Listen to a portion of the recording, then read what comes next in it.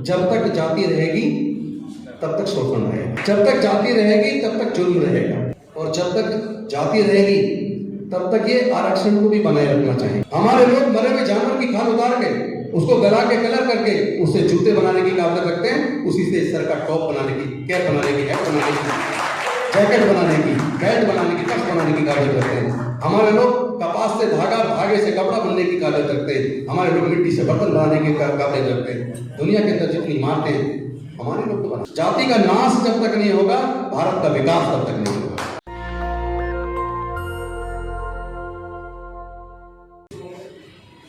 तो आरक्षण बचेगा क्यों? जब बचाने के बारे में आप सोच ही नहीं रहे। आप लोग सब लोग कह रहे हो मुझे दर्द हो रहा है, और जिन डॉक्टर्स के पास जाते हो वो बिना जांच करे दर्द के लिए कोई दवाई दे रहे हैं। अब दर्द का कारण नहीं पता लगेगा, दर्द के कारण को समझेंगे नहीं और उसके कारण पे इलाज नहीं करेंगे तो दर्द तो खत्म होगा नहीं। दर्द केवल हो नहीं रहा है बल्कि दर्द बढ़ भी रहा है। सबसे पहले तो ये समझना चाहिए कि दुनिया में जाति और धर्म आई कहां से, क्योंकि सारी बीमारी की जड़ तो धर्म है। कुदरत ने तो इंसान पैदा किया ना, ये जाति और धर्म कहां से आई? क्या कभी आप लोग इस पे सोचते हैं? दुनिया को लगभग 550 साल पहले सिख धर्म मिला, दुनिया को लगभग 1400 साल पहले इस्लाम मिला, दुनिया को लगभग 2000 साल पहले ईसाई धर्म मिला, दुनिया को लगभग 2550 साल पहले बौद्ध धर्म मिला, दुनिया को लगभग 2600 साल पहले जैन धर्म मिला, दुनिया को लगभग 3500 साल पहले सनातन धर्म मिला। इससे पहले धर्म तो नहीं था लेकिन इंसान था। इस धर्म की जरूरत क्या है? कभी इस पर जरूर सोचो, लेकिन मैं उस पर थोड़ा कम बोलूंगा। मैं बीमारी की जड़ पे ही बात करूंगा। जब लगभग 3500 साल पहले सेंट्रल एशिया से आर्यंस भारत में आए और उन्होंने देखा यहाँ के लोग बड़े भोले भाले आपस में मिलजुल कर रहते हैं, उन्होंने षड्यंत्र से हमारे लोगों के ऊपर हमला करके हमारा सब कुछ छीन कर हमारे लोगों को पहले तो गुलाम बनाया। फिर उन्होंने सोचा यार ये संख्या बहुत ज़्यादा है, जिस दिन को समझ आ गई ये वापस सब कुछ छीन लेंगे, तो उन्होंने फिर हमें हजारों जातियों में बांट दिया। और वो जातियों में ऐसा बांटा, ये उनकी काबिलियत है, वैसे इसकी तारीफ करनी पड़ेगी। अमेरिका में जातियां नहीं है, जर्मनी में जातियां नहीं है, फ्रांस में जातियां नहीं है, इंग्लैंड में जातियां नहीं है, ऑस्ट्रेलिया में जातियां नहीं है, न्यूजीलैंड में जातियां नहीं है, जापान में जातियां नहीं है, चाइना में जातियां नहीं है, कोरिया में जातियां नहीं है, रसिया में जातियां नहीं है। ये केवल भारत और भारत के सब कॉन्टिनेंट में क्यों है? और इनको किसने बनाया? और इससे फायदा किसको हुआ? जाति बनाने वाले को या जिन जातियों को बना उनको? इस पर थोड़ा सा कभी सोचो। हम लोग सब्जेक्ट की गंभीरता को समझते नहीं है, मुद्दे पर जाने की बजाय ऊपर ऊपर घूम रहे हैं। अभी तो ये सोचो ना, आपको क्या करना है, कैसे करना है, इस बात को तय कौन कर रहा है? आपके बच्चे के जन्म से होके लेके मरने तक की सारी व्यवस्थाओं को कोई दूसरा व्यक्ति तय कर रहा है। आप लोग का बच्चे का जन्म हो तो भी किसी के पास जा रहे हो पूछने, और जब वो मर रहा है तब भी किसी और से संस्कार करवा रहे हो, और वो संस्कार हमें गुलाम बनाए रखना चाहते हैं। हम उस लाठी को तेल पिला रहे हैं जो लाठी हमारे सर को फोड़ रही है। हम उस जगह चंदा चढ़ा रहे हैं जिस चंदे से तलवारें खरीद के हमारी बच्चों की हत्या की जाती है। बचना किससे है? रास्ता किससे पूछ रहे हैं? रास्ता तो हमारे अपने पास है। डॉक्टर बाबा साहब अम्बेडकर रास्ता बता के गए, हम उस पर नहीं चले। माननीय कांसीराम साहब ने रास्ता बताया, हम उस पर नहीं चले। देखो उनकी सफलता क्या है? ये उनकी सफलता है कि हम लिख रहे थे ग्रेट चमार, दी ग्रेट वाल्मीकि, ये उनकी सफलता है। यानी हम भी उन्हीं को उसी व्यवस्था को जिताए रखना चाहते हैं। जाति की वजह से हमारा सत्यानाश हुआ और हम जाति को ही ग्रेड बता रहे हैं, जाति को पकड़ के बैठे, जाति छोड़ने को तैयार नहीं है। डॉक्टर बाबा साहेब अम्बेडकर जी ने कहा, पॉलिटिक्स इज ए मास्टर की विच कैन ओपन या unlock each and every lock. लेकिन जो पीछे जो कहा बात का हमने सुना ही नहीं। यानी हिंदी में बता दूं, उन्होंने कहा कि ये जो राजनीति है ये मास्टर की है, ये सभी तरह के ताले खोल सकती है, सब तरह की समस्याओं का समाधान कर सकती है। हमने इतना सुनकर राजनीति के चक्कर में पड़ गए। पर जो उन्होंने बाद में ये भी तो कहा कि जिस समाज की जड़ें मजबूत होती हैं, जो समाज मजबूत होता है उसकी राजनीति मजबूत होती है। उस वाली बात को हमने सुना ही नहीं और हम राजनीति की चाबी के पीछे पड़ गए। वो बात हम तो सुन नहीं पाए, लेकिन वो बात आरएसएस ने सुन ली, उनके लोगों ने भी सुन ली और उन्होंने वो जो चाबी इतनी भारी भरकम है कि उस चाबी को किधर घुमाना है, कौन सा ताला खोलना है, वो इतनी भारी भरकम है, उसके लिए एक मजबूत ग्रिप चाहिए, मजबूत ग्रिप जिसे कहते हैं समाज। तो हमने वो ग्रिप मजबूत नहीं बनाई, उन्होंने वो ग्रिप मजबूत बनाई, जिसको आज आप आरएसएस के रूप में जानते हैं। क्या बीजेपी या उसके नेताओं में किसी की हिम्मत है जो आरएसएस की बात को टाल दे?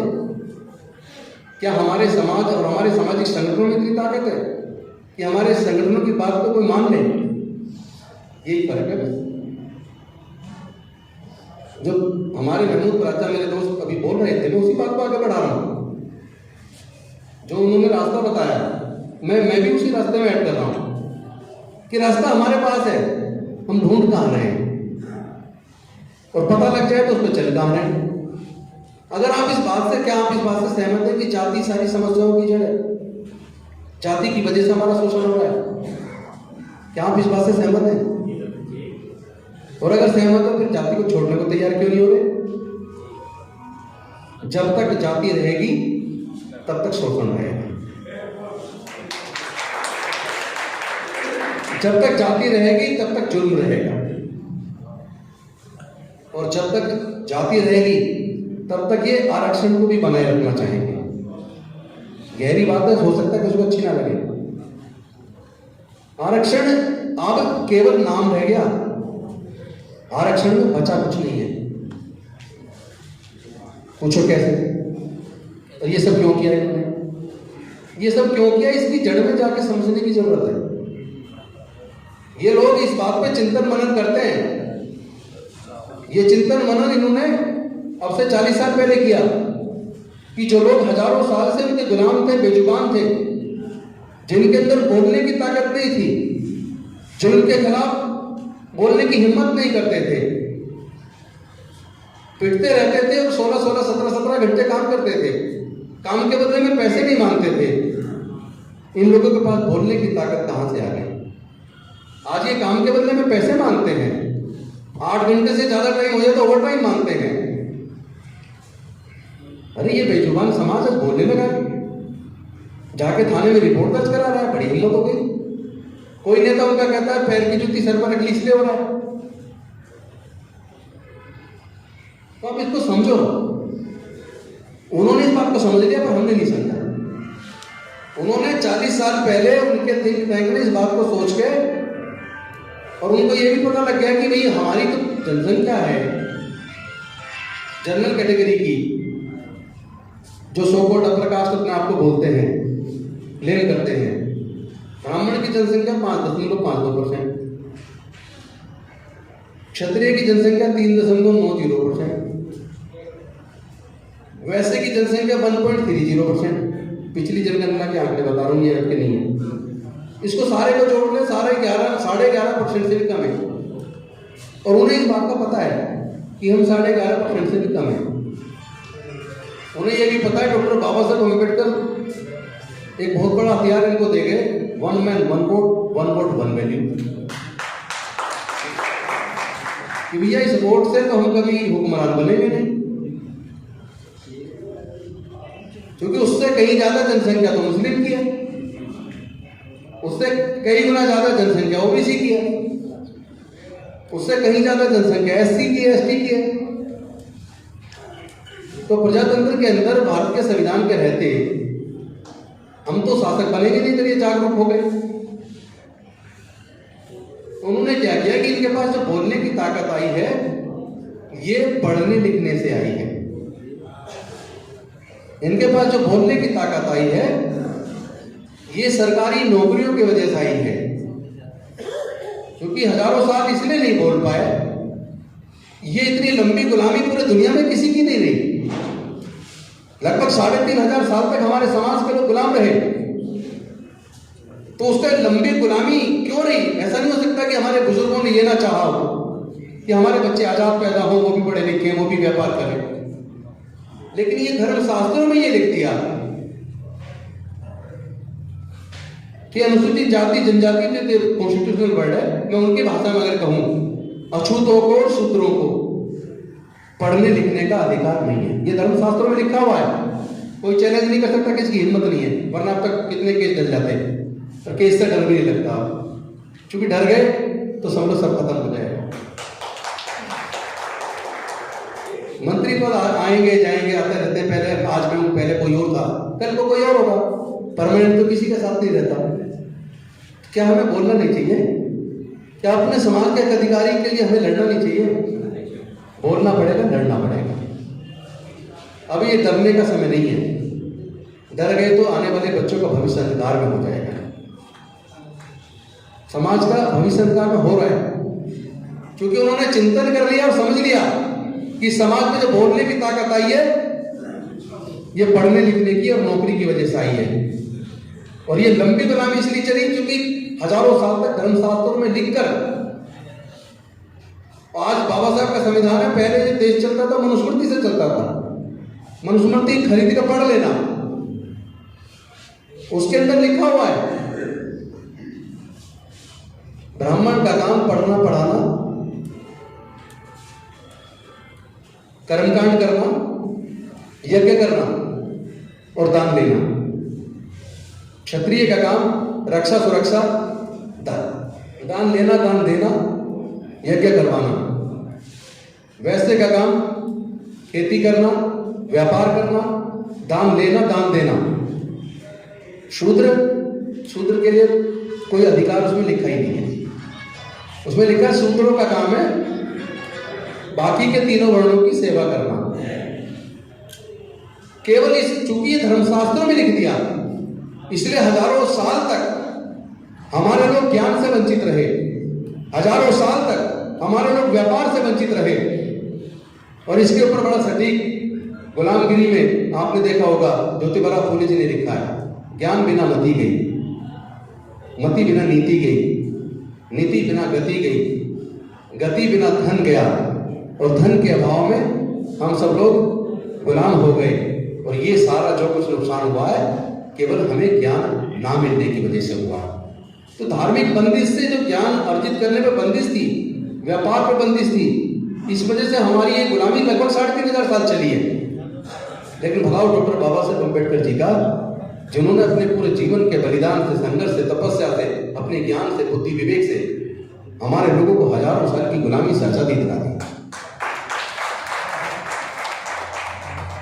तो उन्हें समझ में आ गया, ये जो बाबा साहब ने रिजर्वेशन दिया और पढ़ने का मौका दिया, तो ये लोग जो हजारों साल हमारे गुलाम रहे, बेजुबान, जो कभी बोलते नहीं थे, ये पढ़ लिख कर नौकरी में आए, और नौकरी से इनके घरों में कुछ पैसा आया और पढ़ने से बुद्धि आई, इसलिए अब ये लोग अपने हक की बात करने लगे, बोलने लगे।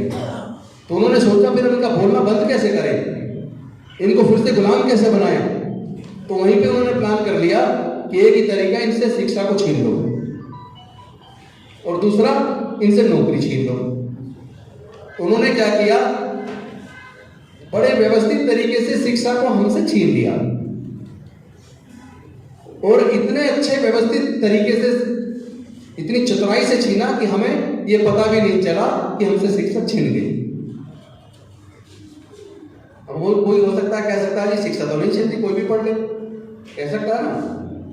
पर सच्चाई ये है कि पहले तो इन्होंने ये देख लिया कि आज आप भी सर्वे कर सकते हैं, देश में जितने ब्यूरोक्रेट्स हैं, जितने हाईकोर्ट सुप्रीम कोर्ट के जजेज हैं, जितने सीनियर इंजीनियर्स, डॉक्टर्स हैं, एडवोकेट्स हैं, सब सरकारी स्कूल से पढ़े। तो उन्होंने देख लिया कि सरकारी स्कूल में काबिलियत है और सरकारी स्कूल में भी इन्हें जाने से तो रोक नहीं सकते। तो इसका एक ही तरीका, सरकारी स्कूलों को कमजोर करो और प्राइवेट स्कूल खोल दो। 40 साल पहले इस षड्यंत्र पे काम करना शुरू हुआ और आज उसका असर यह है कि पूरे देश के अंदर सरकारी स्कूल बेहद कमजोर स्थिति में, जहां 50 टीचर चाहिए वहां 15 टीचर है, पढ़ने का माहौल नहीं है। इस हालात में उन्होंने सरकारी शिक्षा को ले जा दिया और प्राइवेट स्कूल खोलते चले गए, प्राइवेट कॉलेज खोलते चले गए। जिसके पास पैसा है, आप खुद ही बता दो, जितने लोग बैठे हैं, जो भी सक्षम है अपने उनके सबके बच्चे प्राइवेट में पढ़ रहे होंगे। तो जो भी सक्षम है वो ये चाह रहा है कि मेरा बच्चा प्राइवेट में पढ़े। मैं दिल्ली की बात नहीं कर रहा, केवल पूरे देश की बात कर रहा हूं।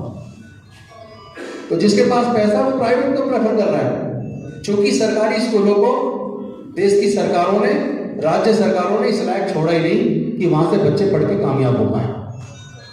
और सिर्फ इसलिए किया क्योंकि अगर ये पढ़ जाएंगे तो हमारे बच्चों के सामने मुकाबले में खड़े हो जाएंगे। इतने कम समय में इन्होंने मुकाबले में भी हमें पीछे छोड़ दिया है। वो इस बात को मानते हैं, वो बेशक कहे मेरिट नहीं है इनके पास, लेकिन वो जानते हैं इनके पास मेरिट बहुत ज्यादा है। पिछले 6 साल का रिकॉर्ड देख लो सिविल सर्विसेज का, 4 बार, 6 में से 4 बार ओबीसी, 2 बार एससी, 2 बार ने टॉप किया है। और वो इस बात को जान रहे हैं, इसलिए लेटरल एंट्री भी लिया है कि यार ये तो काबिल बहुत है, ये तो रिजर्वेशन में आके यहां से भी टॉप करने लगे। तो अब लेटरल एंट्री से लाओ, वहां कोई रिजर्वेशन ही नहीं है, ना रहेगा पास, ना बजेगी बांसुरी। 4th क्लास एम्प्लॉयमेंट हमारे सबसे ज्यादा थे, वहां पर उन्होंने ठेकेदारी प्रथा लागू कर दी। 5th पे कमीशन में 4th क्लास एम्प्लॉयमेंट को बैन कर दिया कि अब 4th क्लास एम्प्लॉयमेंट नहीं होगा, सब आउटसोर्स होगा। और धीरे धीरे बाद में बाकी नौकरी भी, क्लास 1 तक की नौकरी भी कॉन्ट्रैक्ट पे। आज किसी भी राज्य सरकार का रिकॉर्ड उठा के देखो, जितनी वैकेंसी निकलती है ज्यादातर वैकेंसी कॉन्ट्रैक्ट पे भर ली जाती है। रेगुलर वाला जो प्रोसेस है, यूपीएससी और एसएससी और पब्लिक सर्विस कमीशन, वो सारे फेल हो गए। जहां फेल हो गए कहूं या ये कहूं, फेल कर दिए गए षड्यंत्र के तहत। तो आप ये मान लो हमारे लोग नौकरी की वजह से थोड़े सक्षम हुए थे, और लेकिन आज हमारे लोगों से नौकरी छीन ली है। अब नौकरियां बची नहीं है, आपके लोग नौकरियों में आ नहीं पाएंगे। और एजुकेशन इतनी महंगी, आप प्राइवेट स्कूल में अगर मध्यम दर्जे के प्राइवेट स्कूल में भी अगर जाओ, एक बच्चे की पढ़ाई का खर्चा, किताबों का खर्चा, वर्दी का खर्चा, फीस का खर्चा और ट्यूशन का खर्चा, क्योंकि सारे पब्लिक स्कूल के बच्चे ट्यूशन पढ़ते हैं, सारे खर्चे को जोड़ लो तो एक बच्चे की पढ़ाई पे 8 से 10 हज़ार रुपये चाहिए। 2 बच्चों को सीधा 15 से 20 हज़ार रुपया। हमारे 98% परिवार ऐसे हैं जिनके पूरे परिवार की इनकम 15 से 20 हज़ार रुपये के बीच है। तो क्या हमारे बच्चे प्राइवेट स्कूल में पढ़ पाएंगे? जिनके बच्चों का इंजीनियरिंग में एडमिशन हुआ हो, वो जरा अपनी फीस निकाल के देखना बच्चे की। प्राइवेट की बात नहीं कर रहा हूँ, सरकारी इंजीनियरिंग कॉलेज में भी 2-2 लाख रुपए फीस है। क्या हमारे लोग 2 लाख रुपए की फीस, 98% हमारे लोग समाज के, चाहे वो मुस्लिम है, चाहे वो दलित है, चाहे 90% पिछड़े वर्ग के हैं, वो 2 लाख रुपए अपने बच्चे की फीस के लिए जमा नहीं कर सकते। ये इस हालात को हमें समझना चाहिए। तो ये ऐसा नहीं है कि सरकारें उस फीस को खुद नहीं दे सकती, दे सकती है, लेकिन समस्या वही है, इनके बच्चों को पढ़ाना नहीं है। क्योंकि ये पढ़ जाएंगे तो फिर ये अपने हक की बात करेंगे, अपने हक के लिए लड़ेंगे। संविधान पे हम ना जानबूझ कर, जो सब्जेक्ट है ना संविधान आरक्षण बचाओ, कौन बचाएगा? वो तो खत्म करेंगे। इसीलिए तो उन्होंने एजुकेशन को प्राइवेटाइज किया, इसीलिए तो सरकारी नौकरियों में ठेकेदारी प्रथा लागू की, क्योंकि उन्हें पता है सारी जो उनका हर चीज पे जो कब्जा है, जब वो कब्जा थोड़ा छिलने लगा, मतलब आप लगाओ एससी का रिजर्वेशन जब तक था तब तक उनको दर्द कम था, क्योंकि तब वो पिछड़े वर्ग का भी हक खा रहे थे। लेकिन जब पिछड़े वर्ग को भी हक देना पड़ गया मंडल कमीशन लागू होने के बाद, Indira Sahni versus new India के जजमेंट के बाद, तो उन्हें लगा कि यार 50% उधर चला जाएगा। अब तक तो हमारा कब्जा पूरे पे था हजारों साल तक, उसमें से 22.5 SC ST को गया, लेकिन वो ले पाए 12-15, तो हम 90% के करीब हम ही ले रहे थे। अब ये ओबीसी भी आ गया, अब इसको भी देना पड़ेगा, दर्द शुरू हो गया। और इस दर्द के लिए एक एग्जाम्पल दूंगा मैं आपको। जनरल कैटेगरी ने क्या कभी रिजर्वेशन मांगा था? ईडब्ल्यूएस के नाम पे क्या कभी जनरल कैटेगरी ने कोई रिजर्वेशन मांगा था? नहीं मांगा ना। उसके बावजूद 4 दिन के अंदर मिला है। एक दिन में कैबिनेट में पास, उससे अगले दिन लोकसभा में पास, और उससे अगले दिन राज्यसभा का समय खत्म हो गया, एक दिन टाइम बढ़ाया और एक दिन के अंदर वहां से पास, उससे अगले दिन छुट्टी के दिन हमारे अपने राष्ट्रपति को जगा कर साइन कर और नोटिफिकेशन, राष्ट्रपति जी ने साइन कर दी नोटिफिकेशन 4 दिन के अंदर बिना मांगे। ईडब्ल्यूएस के नाम पर जिसकी संख्या 11% है उनको 10% रिजर्वेशन दे दिया। और जो लोग वर्षों के सताए हुए, हजारों वर्ष के सताए हुए, लंबे समय से वो आरक्षण की मांग कर रहे थे, उनके आरक्षण को लागू करने में लगभग 47 ईयर्स लगे, 46 ईयर्स। और उसमें कितने लोग ने कुर्बानी दी, कितने लोगों ने धरने प्रदर्शन किए, ये भी सोचो। और उनका जब लागू की घोषणा हुई, घोषणा होने के बाद कोर्ट ने स्टे कर दिया, सुप्रीम कोर्ट ने भी उसको डिसाइड करने में, आप खुद देख लो कितना टाइम लगा, 2-3 साल लगे। इस पे स्टे क्यों नहीं? उस पे तुरंत स्टे क्यों? जबकि भारत के संविधान में आरक्षण का आधार है 2 शब्द हैं, those are socially and educationally backward classes, they are entitled to get benefit of reservation। यानी शैक्षणिक एवं सामाजिक तौर पर पिछड़ापन रिजर्वेशन का आधार है। और इस बात को मैं ये कहूं, क्या मैं ये कह दूं कि कोर्ट के जजेज नहीं जानते? वो तो पहले से जानते हैं, उसके बावजूद उस पर स्टे आज तक नहीं दिया। ये मानसिकता का सवाल है।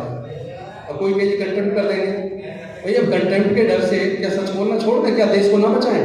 क्या भारत को बचाने की जिम्मेदारी हमारी नहीं है? क्या अपने समाज को, उसके दुख दर्द को दूर करने की जिम्मेदारी हमारी समाज की नहीं है?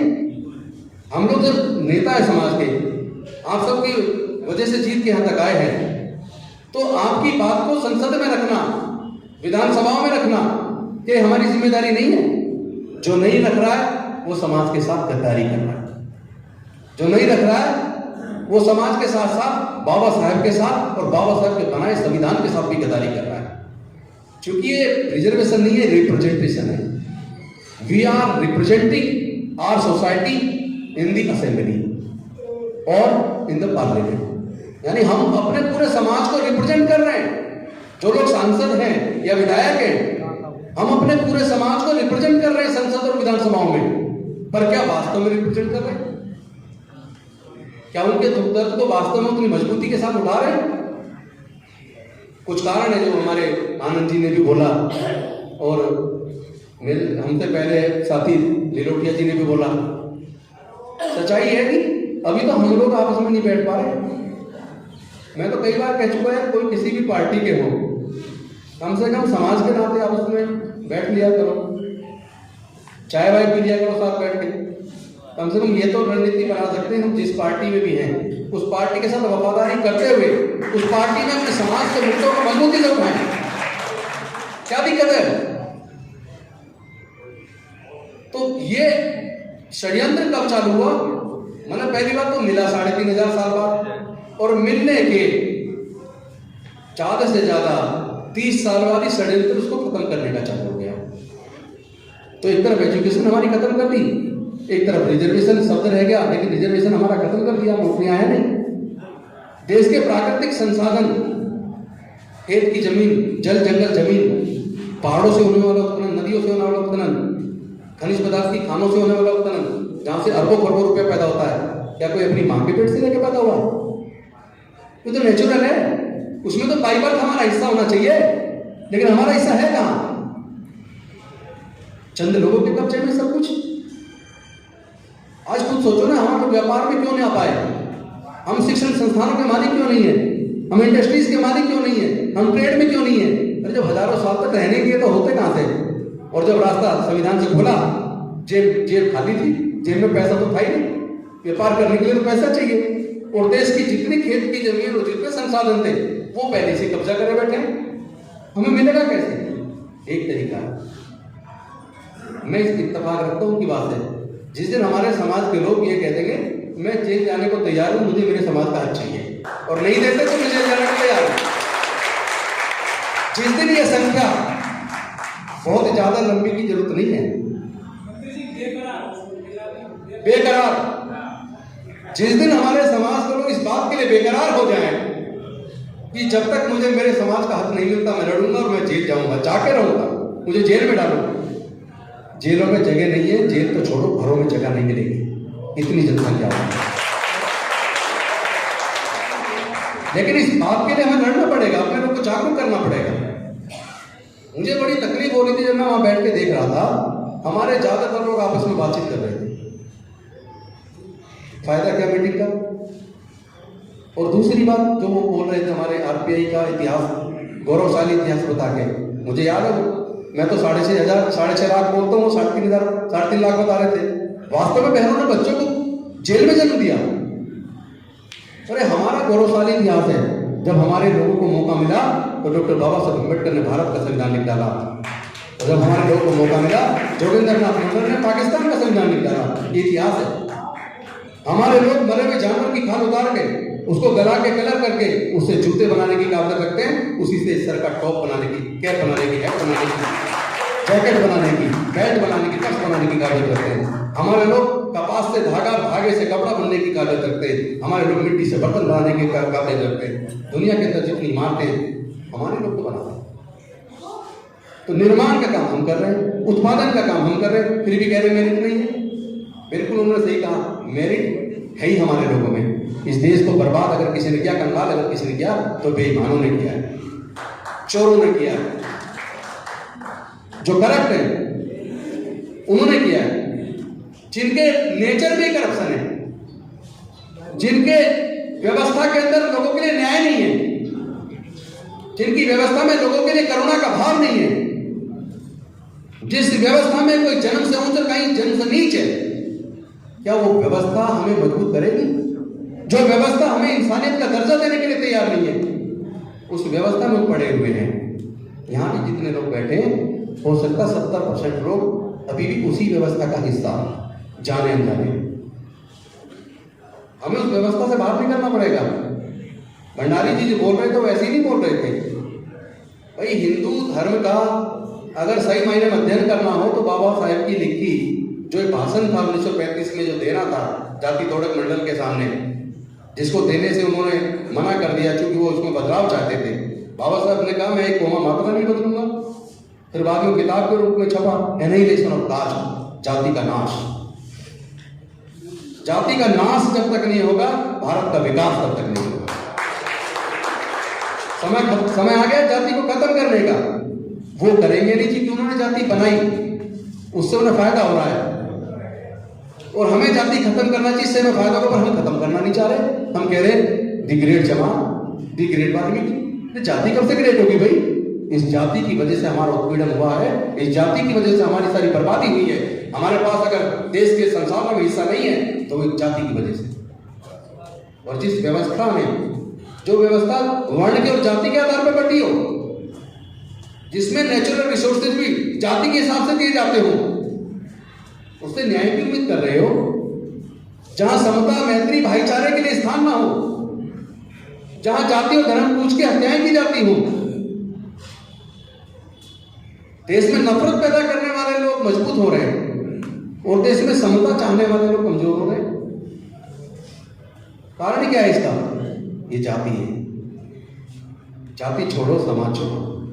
अब समय आ गया है, जल्दी से जितना जल्दी हम जातियों को तोड़ेंगे, आपस में रोटी बेटी का रिश्ता करेंगे, उतनी जल्दी हम इस गुलामी से बाहर निकलेंगे। उतनी जल्दी बाबा साहब के संविधान को भी और आरक्षण को भी बचाने के लिए लड़ने की जरूरत नहीं पड़ेगी। वो जबरदस्ती देंगे, क्योंकि बाबा साहब ने सेपरेट इलेक्टर मांगा था।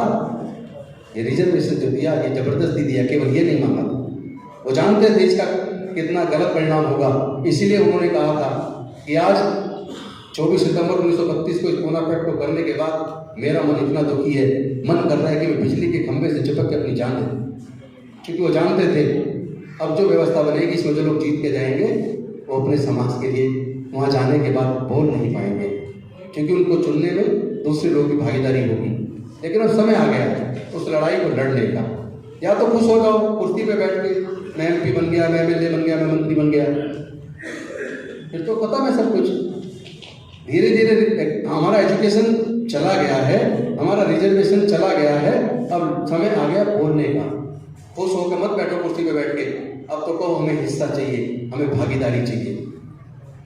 इस लड़ाई को आगे बढ़ाने का समय है और इसके लिए निश्चित तौर पर हमें बार बार बैठना चाहिए, कड़ी से कड़ी जोड़नी चाहिए। मैं जन्मोत्सव कमेटी का इसके लिए आभार व्यक्त करता हूँ कि उन्होंने इतना महत्वपूर्ण विषय रखा और हम सबको बैठ के इस पर चर्चा करने का मौका दिया। हमें इस चर्चा को बढ़ाना चाहिए। आज इस हॉल में है, महीने बाद नीचे होना चाहिए कि उस पर जगह ना बचे, नीचे भी इतने लोग आ जाएं। उसके बाद रामलीला मैदान होना चाहिए और उसके बाद फिर पूरे देश के ऐसे मैदानों में सब जगह होना चाहिए। पूरे देश को अपने लोगों को एकजुट करने की जरूरत है। संख्या आपकी भारी, जेब उनकी भारी, ये समझ नहीं आया है। हम अपनी ताकत को पहचान ही नहीं रहे। अरे भाई, अपनी ताकत को समझो, अपनी संख्या को अपनी ताकत बना लो। हम लोग पूरा देश में जनसंख्या 135 करोड़ है और 135 करोड़ में से लगभग 115 करोड़ बहुजन है। इसका मतलब भारत के लिए दुनिया के सबसे बड़े कंज्यूमर्स में से हम एक हैं। और अगर दुनिया के सबसे बड़े कंज्यूमर्स में से हम एक हैं तो दुनिया की सबसे बड़ी आर्थिक शक्ति बनने की ताकत हमारे अंदर है। अपने अंदर झांक के देखो है क्या। हमारा गौरवशाली इतिहास है, हम लोगों ने इतिहास लिखा है, लेकिन हम अपने इतिहास को पढ़ते नहीं। अपने बुजुर्गों की सांस्कृतिक विरासत तो भूल गए। सम्राट अशोक के टाइम पर म्यांमार से लेकर काबुल गंदार तक, अफगानिस्तान तक पूरा भारत बौद्ध में था और बुद्ध के धर्म में समता, मैत्री, भाईचारा और न्याय, प्रज्ञा, करुणा, शील। अरे जहां समता, मैत्री और भाईचारा न्याय है, उसमें जाने की बजाय जहां जाति के आधार पर सब कुछ बटा हुआ है उसमें पढ़े। बाबा साहेब की बात तो कम से कम मान लो। सब कहते हैं मैं बाबा साहेब को मानूंगा, पर बाबा साहेब की बात तो नहीं मानूंगा, ये बात समझिए। उन्होंने कहा था जब तक जाति में बने रहोगे तब तक शोषण बना रहेगा। इसीलिए इस बात को जानते थे और उन्होंने 14 अक्टूबर 1956 को बुद्ध के धम्म की दीक्षा ली। और बुद्ध का धर्म हमारे बुजुर्गों की सांस्कृतिक विरासत है। हमारे बुजुर्गों का धर्म भारत से पूरी दुनिया में क्या 56 देशों में बौद्ध धर्म है। यूएनओ की स्टडी बता रही है 2050 तक आधे से ज्यादा यूरोप बौद्ध बन जाएगा। आज की डेट में दुनिया में जितने फिल्म कलाकार हैं 67% बौद्ध हैं। हम अपने इतिहास को नहीं पढ़ रहे, जान नहीं रहे। अरे हम कोई धर्म परिवर्तन की बात ही नहीं कर रहे। हम तो कह रहे धर्म परिवर्तन करने की जरूरत नहीं है। बुद्ध का धर्म बाबा साहब ने और हमारे पूर्वजों का धर्म है। हम अपनी सांस्कृतिक विरासत को वापस आने की बात कर रहे हैं। हम तो धर्म वापसी करवा रहे हैं भाई। तो हमने संकल्प लिया है 2025 तक भारत के अंदर 10 करोड़ लोग को अपने बुजुर्गों की सांस्कृतिक विरासत को बुद्ध के धर्म में वापस लेकर आएंगे। बहुत लोग कहते हैं बड़ा खतरा उठा रहे हो। खतरा किस चीज का? जान का। रोज बस के नीचे आके लोग मर जाते हैं। कोई पूछता है कितने मरे आज? तो मरना तो लेकिन सबको है। कोई नेचुरल डेथ मरेगा, कोई मार दिया जाएगा, कोई एक्सीडेंट में मरेगा, कोई बीमारी से मरेगा। मरना तो लेकिन सबको है। जो डर गया वो तो वैसे भी मर गया। वो 16 फिल्म का जो डायलॉग ऐसे ही नहीं है, जो डर गया समझो मर गया। डरना नहीं है, अब लड़ना है। न्याय के लिए, समता के लिए, मैत्री के लिए, भाईचारे के लिए, अपने समाज के हक और अधिकार के लिए। बाकी बात स्पेशल सब कॉन्टिनेंट सब प्लान, ट्राइबल सब प्लान 1979 में ट्राइबल सब प्लान आया, 78 में, और 1980 के अंदर शुल्का सब प्लान आया। ये हम लोग वर्षों से सुन रहे हैं। इसके लिए हमने जंतर मंतर बहुत बड़ा प्रदर्शन किया जब तो मैं एमएलए भी नहीं था। मैं तो हर मुद्दे पे लड़ने को तैयार हूं, लेकिन पूरे देश में लड़ना पड़ेगा। पूरे देश की कोई सरकार हमारे लोगों के हक अधिकार देने को तैयार नहीं है। हमें लड़ना पड़ेगा। दिल्ली की सरकार ने कम से कम एक कम चले, में राजनीतिक बात नहीं कर रहा, कम से कम सरकारी स्कूलों को सुधार दिया, अस्पतालों को सुधार दिया। पूरे देश की सरकारें इसको करें, इसके दबाव बनाना पड़ेगा। और हमें तो जो कुछ भी मिला वो एजुकेशन से, रिजर्वेशन से मिला है, वरना तो हजारों साल की गुलामी झेली है। अभी हमें दबाव ये बनाना चाहिए कि जो सरकार अपनी जनता का एजुकेशन का और इलाज का खर्चा ना उठा पाए, ऐसी सरकार को सत्ता में बने रहने का कोई हक नहीं है। बच्चा किसी भी हाईली जितना मर्जी हायर एजुकेशन में जाए, उसकी पूरी की पूरी फीस का खर्चा उठाए ना सरकार, क्या दिक्कत है? और ना उठा पाए तो सरकार बहुत कमजोर है, तो सरकार के पास कुछ भी नहीं है। इस लड़ाई को लड़ना पड़ेगा इन्हीं शब्दों के साथ, इस आशा और उम्मीद के साथ कि आप सब लोग एकजुट होकर पूरे समाज को एकजुट करेंगे और जातियों के बंधन को तोड़कर, जातियों को तोड़कर समाज को एकजुट करके बौद्ध में भारत के निर्माण की तरफ आगे बढ़ेंगे। यही एक रास्ता है जो अल्टीमेट हमें बचाएगा। नेशनल दस्तक की आपसे गुजारिश है कि अगर इसको बचाना चाहते हैं तो नेशनल दस्तक को सब्सक्राइब करने के लिए रेड कलर के सब्सक्राइब बटन को दबाएं, फिर बेल आइकन की घंटी दबाएं। नेशनल दस्तक को बचाने के लिए बहुत जरूरी है कि हर खबर को शेयर करें, लाइक करें, कमेंट जरूर करें।